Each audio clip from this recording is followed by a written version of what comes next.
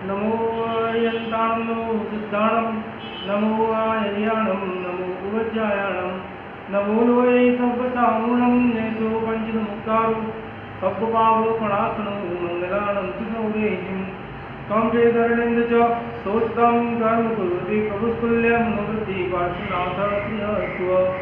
नीला गुणो ना सिंधुना वे बिंदु पर जाणु नहीं पण एक श्रद्धा दिल मई के मारा नाथ समितो छे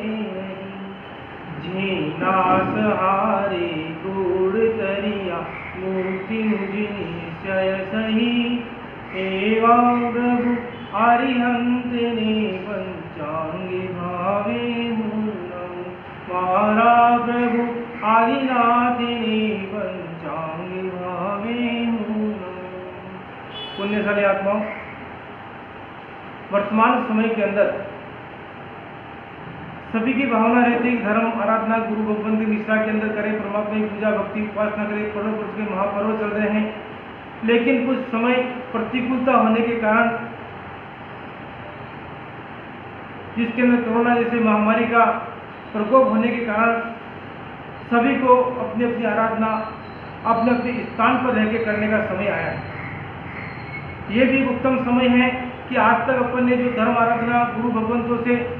प्राप्त किए सीखिए, उसके अंदर हम कितने पारंगत हुए हैं, कितने परफेक्ट हुए हैं, इसकी आज परीक्षा का दिन समझ लो कि अपने घर पे बैठ कर अपना आराधना कैसे कर सकते हैं। जब तक गुरु भगवंत मिले तब उनकी निष्ठा में बैठ कर किया, और आज गुरु भगवंत के साथ में बैठ कर करने का मौका नहीं है, समय नहीं है, तो आज घर पे बैठ करके अपन धर्म के अंदर कितने प्रवीण हो गए, कितने तैयार हो चुके हैं आज अपनी परीक्षा का दिन। जिस प्रकार से बालक स्कूल के अंदर 12 महीने पढ़ता है और परीक्षा के दिन के अंदर हॉल के अंदर अकेला बैठ कर परीक्षा देता है, उसी प्रकार इतने सालों तक तो अपन गुरु भगवान के साथ में बैठ करके धर्म का ज्ञान अर्जन किया, और उसके ज्ञान अर्जन करने के बाद के अंदर अपन ने उसको मन के अंदर अपनी आत्मा के अंदर कितना परिणित किया है, कितना उसको अपन ने स्वीकार किया है, कितना अपन ने सीखे हैं, उसकी आज परीक्षा की घड़ी है कि आज घर पे बैठ करके अपन घर का माहौल किस प्रकार से आराधना में बना सकते हैं, और कितना अपन सीख करके उसके अंदर तैयार हुए हैं, उसके अंदर अपन को आज मालूम पड़ेगा कि अपन धर्म के अंदर कितने तैयार होकर के आज परफेक्ट है। तो उसी प्रकार कृष्ण महापर्व के अंदर जो प्रथम कर्तव्य बताया, आज कृष्ण पर्व का प्रथम दिन है। किसी ने उपवास किया, किसी ने अमृत किया है, किसी ने अष्टम किया है, जिसकी जितनी श्रद्धा बनी, जिसकी हैसियत शरीर की थी, उस प्रकार से उसने आराधना की है, और तप के अंदर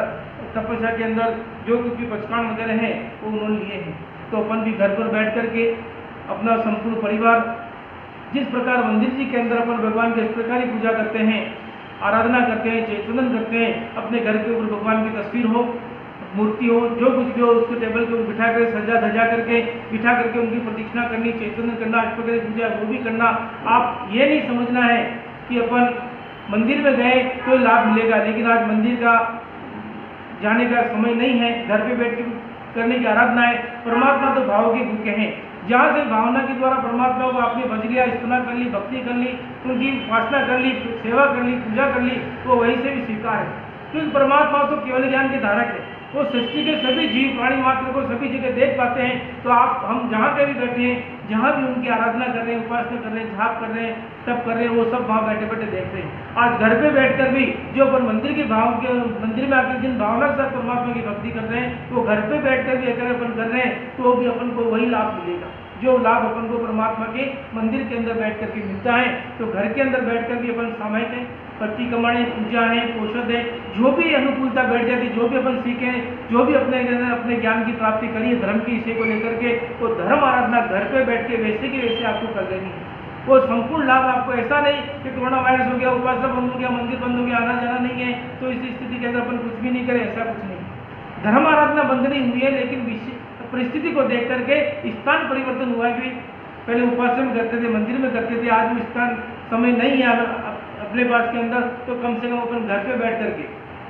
जो आराधना हुआ उपासना में करते हैं, वही की भी आराधना के ऊपर कोई प्रतिबंध नहीं है, स्थान के ऊपर मात्र प्रतिबंध है। तो आप स्थान अपना घर हो चुका, तो आज घर को उपासना समझ लीजिए। घर के अंदर जो अपने परमात्मा विराजमान है, मंदिर जी के अंदर जो अपने घर के अंदर बनाया हुआ है, उन्हें परमात्मा की जो पूजा अर्चना यहाँ करते हैं वो घर में करनी है। मतलब घर का जो आपका जो वातावरण है वो पूरा पॉजिटिव बनेगा। जितने भी नेगेटिव स्थिति है वो परमात्मा की भक्ति के द्वारा, आपके समय के द्वारा, आपके प्रतिगमन के द्वारा, परमात्मा के प्रकारी पूजा के द्वारा वो सभी घर की जितनी भी नेगेटिव ऊर्जा नाश हो जाएगी और पॉजिटिव ऊर्जा का आपके घर के अंदर प्रवेश होगा। तो आज घर के अंदर अपन रह करके जितनी भी धार्मिक आध्यात्मिक क्रिया करेंगे तो वहाँ की जितनी भी भौगोलिक अवस्था है, जो नेगेटिव स्थितियाँ बदल करके पॉजिटिव बनेगी, तो घर के अंदर भी धर्म का माहौल बनेगा, बच्चों में संस्कार बनेंगे। आप शाम को भी वापिस जब सुबह पूजा कर लेते हो तो शाम को वापिस भगवान की आरती, मंगल दीवा, पूरा परिवार बैठ करके एक साथ के अंदर जो भी अपने पास में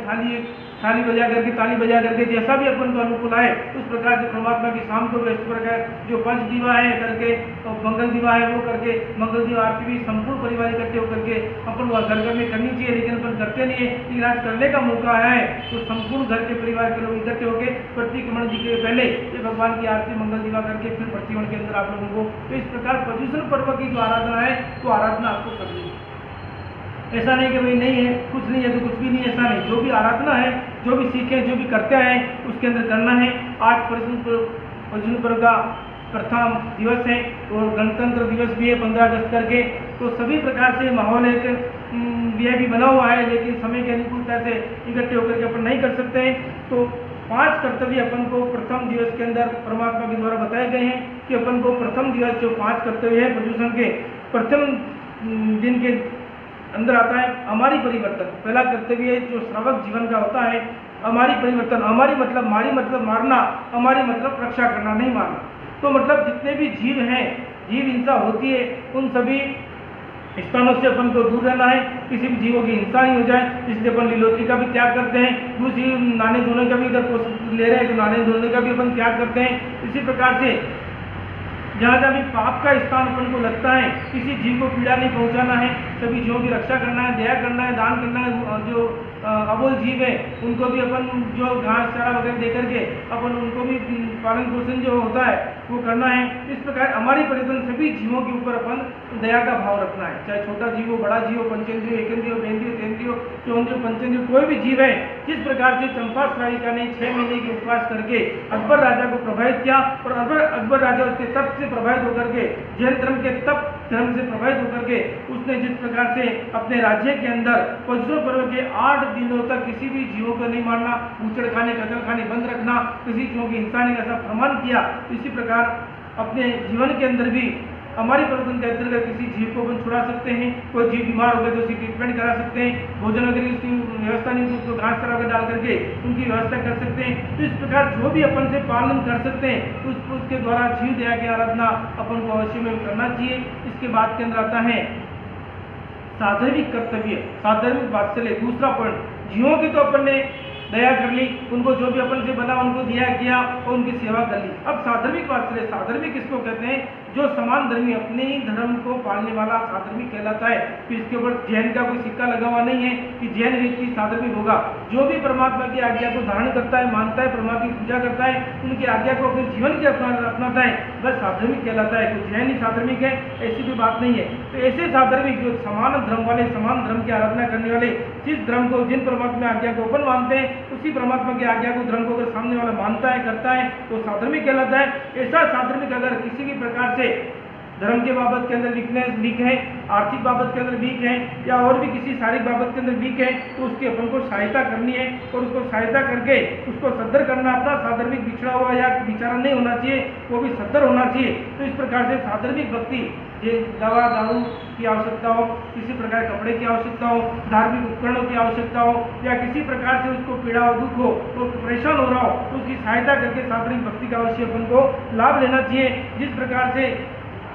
पुण्य श्रावक था, उसने साधर्मिक भक्ति के लिए खुद एक दिन उपवास करता, एक दिन साधर्मिक को भोजन करता। इसी प्रकार से अपन को इतना नहीं करना है, उपवास तो नहीं करना है साधर्मिक के लिए, अपन से जो भी बन जाता है उस प्रकार से उसकी सहायता करके साधर्मिक भक्ति का, क्योंकि साधर्मिक भक्ति परमात्मा ने कहा है जो साधर्मिक की भक्ति करता है वो मेरी भक्ति का लाभ प्राप्त करता है जीवन के अंदर। तो इस प्रकार से तीर्थंकर की भक्ति के लाभ के बराबर का लाभ साधर्मिक भक्ति का लाभ होता है। तो अपने जीवन के अंदर जहाँ कोई भी इस प्रकार का अपना साधर्मिक दिखता है तो उसको अवश्य में सहायक करके उसके जीवन की कठिनाई को अपन को कम करके उसको धर्म के अंदर स्थापित करना वो साधर्मिक भक्ति कहलाती है। साधर्मिक भक्ति आर्थिक रूप में भी कर सकते हैं और धार्मिक स्तर के ऊपर भी अपन कर सकते हैं। दूसरा आता है, तीसरा करते हुए बताया समापना। तीसरा कर्तव्य बताया समापना। समापना के अंदर कोई भी जीव है जिसके साथ में अपना लड़ाई होगी, झगड़ा हो गया, मनमुटा हो गया है, सदमस जीव है, भगवान नहीं है, गलती हो सकती है, आपसे होती है, हमसे होती है, सबसे होती है, तो इसी गलती को सुधारने के लिए समापना का भाव। किसी भी जीव के प्रति अगर अपना मन के अंदर राग और द्वेष रह जाता है तो जीव का कभी कल्याण नहीं होता है, मोक्ष नहीं होता है, ऐसा परमात्मा कहते हैं। तो अपने जीवन के अंदर क्षमा भावना, क्योंकि गलती होना सहज है, इसको स्वीकार करना, उसको माफ करना, क्योंकि शास्त्रों में कहा हुआ है जो पहले क्षमा करता है वो बड़ा कहलाता है, जो पहले क्षमा मांगता है वो बड़ा कहलाता है। तो अपने से अगर बड़ा भी है, छोटा भी अगर अपनी गलती हो गई है, नहीं भी हुई है, कि परमात्मा की आज्ञा को मानते हुए अपन को अवश्य में उसके क्षमा कर देना चाहिए और क्षमा मांग भी लेना चाहिए। गलती है इसमें परमात्मा की आज्ञा की आराधना का लाभ मिलता है और वे आत्मा अवश्य में मोक्ष को प्राप्त करता है। जिस प्रकार से चंदनमाला और मृगावती का प्रसंग आता है, तो मृगावती जी और चंदनमाला आपस में समापना करते करते दोनों को केवल ज्ञान की प्राप्ति हो गई। तो इतना अद्भुत कोटि का एक छोटा सा गुण है, लेकिन इसका लाभ बहुत बड़ा होता है कि यहाँ तक कि ठेठ मोक्ष तक की प्राप्ति हो जाती है, केवल ज्ञान की प्राप्ति हो जाती है। ऐसा परमात्मा के द्वारा फरमाया गया कि क्षमा धर्म की आराधना अपन को करनी चाहिए। चौथा कर्तव्य बताया अठम तप, क्योंकि छोटी बड़ी गलतियाँ अत्याचार अनाचार जीवन के अंदर हो जाते हैं, तो कम से कम पूरे साल के अंदर आलोचना रूप के अंदर कहो, आराधना रूप के अंदर कहो, कम से कम पोषण पर्व के अंदर ज़्यादा कुछ भी नहीं कर सको तो अठम तप अवश्य करना चाहिए। कोई व्यक्ति कह रहा है मैं एक साथ में अकेला नहीं हो सकता है, तो अलग अलग रूप के अंदर भी 3 उपवास करके वो आराधना अवश्य में इस पोषण महापर्व के अंदर करनी चाहिए, ताकि जितना भी अपन को कोई पाप दोष आदि कुछ भी लगा है तो उसका आलोचना रूप अवश्य में अठम तप की आराधना जीव आत्मा को अवश्य करनी चाहिए। 5वां कर्तव्य बताया है चैत्य परिपाटी। चैत्य परिपाटी मतलब जितने भी परमात्मा के जिनालय हैं उन जिनालयों के दर्शन करना। अब आप दर्शन करके आ जाओ, वो दर्शन करना भी कैसे करना चाहिए उसके भी विधि विधान होता है। आप पूरे जब प्रदक्षिणा देते हो तो पूरे मंदिर के अंदर आप नजर रखिए कि मंदिर के अंदर क्या खराबी है, क्या तकलीफ है, क्या नुकसान हो रहा है, किस प्रकार की व्यवस्था है, क्या नहीं है, कहीं गड़बड़ है तो उसको आपको सुधारा करना चाहिए। तो इस प्रकार चैत्य हर मंदिर के अंदर दर्शन करना और मंदिर के अंदर क्या है, क्या वस्तु नहीं है, पुजारी बरोबर साफ सफाई कर रहा है, नहीं कर रहा है, कहीं वस्तुओं की कमी तो नहीं है, तो सभी का ध्यान देते हुए उन सभी की आपूर्ति करना चैत्य परिपाटी कहलाता है। इसी प्रकार से जितने भी परमात्मा के मंदिर दर्शन वगैरह मंदिर वगैरह हो अपने कम गांव के अंदर शहर के अंदर, तो ज़्यादा मंदिर है तो कम से कम 5 मंदिर का दर्शन तो अवश्य में करना चाहिए। और वैसे सभी मंदिरों की चैत्य परिपाटी करके अपन को परमात्मा का भक्ति का लाभ लेना चाहिए। इससे जीवन के अंदर सम्यक दर्शन निर्मल होता है और मंदिर का रख रखाव क्या है, कैसा है, उसके अपन को ज्ञान होता है कि अपना मंदिर है तो अपना मंदिर स्वच्छ है कि नहीं है, उसमें व्यवस्था की कोई कटौती तो नहीं है, बरोबर चल तो रही है, पुजारी बरोबर सेवा भक्ति जो होती है वो कर तो रहे कि नहीं कर रहे। तो इस प्रकार से अपन को चैत्य परिपाटी की भी आराधना इस प्रकार से जीवन के अंदर प्रथम आज का महापर्व का दिन है तो 5 कर्तव्य आपको बताए हैं। हमारी पर्सन जीवों पर दया करना, साधर्मिक बस लिए कोई भी अपना साधर्मिक किसी प्रकार से डिस्टर्ब है तो उसको अपनी सहायभूत बन करके उसको स्थिर करना। तीसरा होता है क्षमापना, किसी भी जीव के प्रति अपने से उससे गलती हो चुकी है तो क्षमा दे देना भी चाहिए और क्षमा कर लेना भी चाहिए। इसके बाद में आता है चौथा अठम तप, किसी प्रकार की अत्याचार अनाचार किसी प्रकार पाप दोष हो गया है तो वर्ष भर के अंदर तो उसका अठम रूप के अंदर प्रायश्चित अवश्य में करना चाहिए। और 5वां कर्तव्य बताया था चैत्य परिपाटी, तो चैत्य परिपाटी के अंदर सभी जिनालयों के दर्शन करके उनकी व्यवस्था पर ध्यान रखना। तो इस प्रकार से आज का जो प्रथम दिवस है वो चैत्य परशुराम महापर्व का, इसके अंदर ये 5 कर्तव्य बताएं। तो ये 5 कर्तव्य अवश्य में अपने श्रावक जीवन के अंदर अगर आप परमात्मा को मानते हो, परमात्मा के अनुयायी हो और परमात्मा की आज्ञा के अंदर आस्था श्रद्धा रखते हो तो अवश्य में अपने जीवन के अंदर 5 कर्तव्य उस आत्मा को करना चाहिए। जिन आज्ञा कल्याण प्राण प्रधान सर्व जय